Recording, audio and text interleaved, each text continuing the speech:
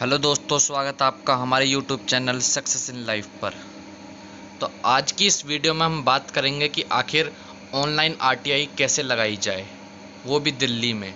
तो दिल्ली में RTI online लगाने के सब में बड़े फ़ायदे ये हैं कि आपको जो आरटीआई का रिप्लाई है वह बहुत ही जल्द से जल्द मिलने की उम्मीद रहती है।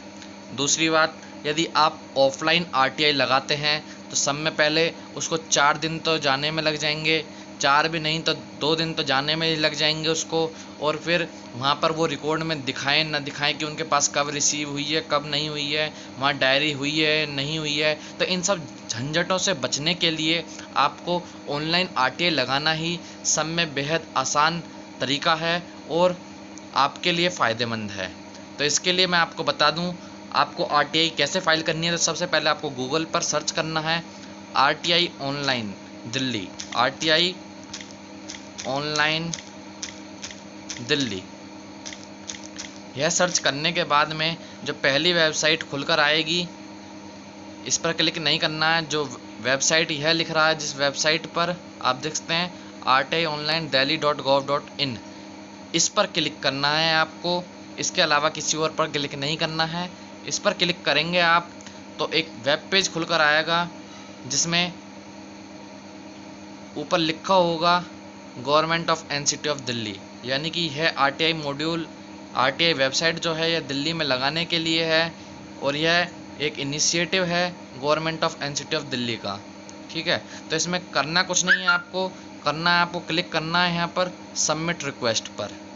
सबमिट रिक्वेस्ट पर क्लिक करने के बाद में आपका जो वेब पेज खुलकर आएगा वह कुछ इस तरह से खुलकर आएगा। तो इसमें कुछ गाइडलाइंस दी गई हैं कि आपको किस तरह से इस वेब पोर्टल पर आरटीआई फाइल करनी है। तो उसी से रिलेटेड कुछ बातें दी गई हैं। तो ये जो लिस्ट ऑफ डिपार्टमेंट्स दिए गए हैं यहाँ पर आप देख सकते हैं, ये लिस्ट ऑफ डिपार्टमेंट्स की लिस्ट है कि किस किस डिपार्टमेंट में आप ऑनलाइन आरटीआई लगा सकते हैं।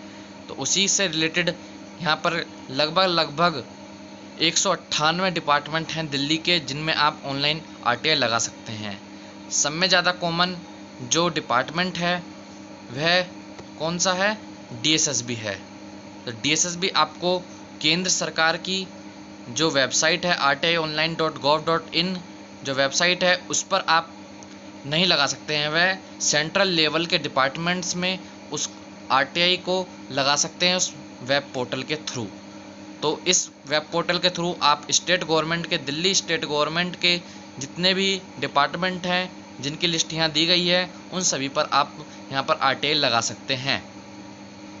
तो इसके बाद में आपको वेब पेज पर खुलने के आने के बाद में आपको क्लिक कहाँ करना, I have to read and understood the above guidelines. आप चाहें तो इन गाइडलाइंस को पढ़ सकते हैं। इनमें बताया गया है कि क्या प्रोसीजर है, कितनी फ़ीस है, किस बारे में आप पूछेंगे आरटीआई से।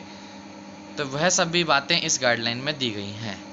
तो आपको सब में पहले कुछ नहीं करना है, यहाँ पर अपनी ईमेल आईडी डालनी है और मोबाइल नंबर डालना है। ठीक है, इसके बाद में क्या खुल के आएगा वह मैं आपको अभी दिखा देता हूँ एक बार। तो वहाँ पर वह सभी डिटेल्स डालने के बाद में ईमेल आईडी और मोबाइल नंबर डालने के बाद में आपकी जो साइट आएगी खुलकर कुछ इस प्रकार से आएगी। आपको साइड में दिखाएगा ऑनलाइन आरटीआई रिक्वेस्ट फॉर्म है ये, और data to be entered only in English. केवल आप इसे इंग्लिश में ही भर सकते हैं, हिंदी का उपयोग नहीं करेंगे।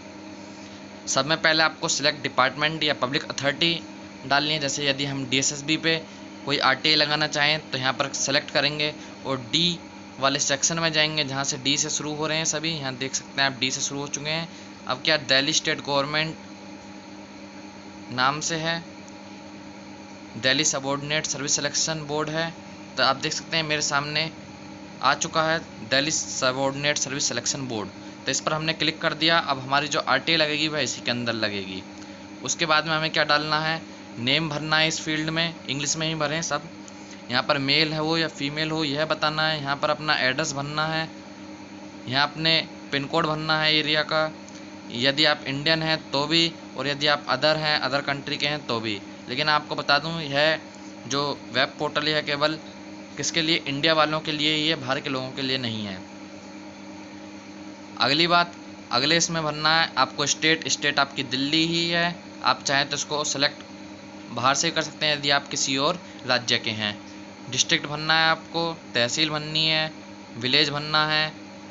नीचे आपको भरना है कि आप लोकेशन, आप रूरल में रहते हो या अर्बन में रहते हो। एजुकेशनल स्टेटस में भरना है आपको, लिटरेट हो यानी कि पढ़े लिखे हो, या फिर इलिटरेट हो, या फिर ज़्यादा पढ़े लिखे नहीं हो। उसके बाद में आप यहाँ पर देख सकते हैं फ़ोन नंबर है, इसको भरने की ज़रूरत नहीं है। यह वह नंबर है जो आपने पीछे भरा होगा, मोबाइल नंबर जो पीछे रजिस्ट्रेशन के टाइम पे भर रहे थे। और यहाँ पर आपको ईमेल आईडी, जितने भी आपको अलर्ट्स पहुँचेंगे वह इसी ईमेल आईडी पर पहुँचेंगे। मोबाइल नंबर पर आपको केवल एप्लीकेशन नंबर भेजा जाएगा, आरटीआई एप्लीकेशन नंबर। बाकी सभी सूचनाएं कि आपकी आरटीआई फाइल हो चुकी है या फिर आपकी आरटीआई डिस्पोज्ड ऑफ हो चुकी है, वह सभी सूचनाएं इस पर दी जाएंगी आपकी, किस पर, ईमेल आईडी पर। यहाँ पर आप कोई भी ईमेल आईडी डाल सकते हैं अपनी। सिटीजनशिप, यहाँ पर only Indian citizens can file RTI request application. मैंने आपको ऊपर ही बताया था केवल इंडियंस ही इस वेब पोर्टल के थ्रू भर सकते हैं, ऑनलाइन सिस्टम के थ्रू। यहाँ पर भरना है is the applicant below poverty line. यदि आप बीपीएल को बिलोंग करते हो तो आपको यहाँ पर सेलेक्ट यस करना है। मैं आपको दिखा देता हूँ, दो ऑप्शंस आएंगे यहाँ पर क्लिक करने के बाद, यस और नो। यदि आप बीपीएल से बिलोंग करते हो तो आप यस करेंगे तो आपको कई सारी चीज़ें पूछी जाएंगी, जो कि आप देख सकते हैं। बीपीएल कार्ड नंबर भरना है यहाँ पर, या येलो राशन कार्ड नंबर भरना है, जो कि यह सभी जो कैटेगरीज यहाँ पर दी गई हैं इन सभी को आपको भरना है। इनमें से कोई भी एक चीज़ हो तो उसको आप यहाँ पर भर सकते हैं। साथ ही साथ आपको उसके बारे में डिटेल्स भरनी है, ईयर ऑफ इशू, कब इशू हुआ, इशूइंग अथॉरिटी कौन सी है, ठीक है। और आपको साथ ही साथ जो यह डॉक्यूमेंट है, आपका बीपीएल कार्ड है या राशन कार्ड है, वह आपको यहाँ चूजन फाइल के थ्रू भरना ज़रूरी है, ठीक है। इसके थ्रू अपलोड करना ज़रूरी है, आवश्यक है। साथ ही साथ अब आपको जो अपनी आरटीआई के बारे में क्वेश्चंस पूछने हैं तो वह आप इसके थ्रू पूछेंगे। इसके अंदर जितना भी डाटा है वह आपको फीड करना है। आप चाहें तो उसको एक बार अलग से लिखकर तैयार कर लें और यहाँ पर कॉपी पेस्ट कर दें। मैं आपको बता दूं, आप एक आरटीआई के अंदर कई सारे क्वेश्चंस पूछ सकते हैं, चाहे एक बार में कई क्वेश्चंस पूछ लें, चाहे एक बार में एक क्वेश्चन पूछ लें। यदि आप बीपीएल कैटेगरी को बिलोंग करते हैं तो आपको 10 रुपये का चार्ज नहीं देना पड़ेगा,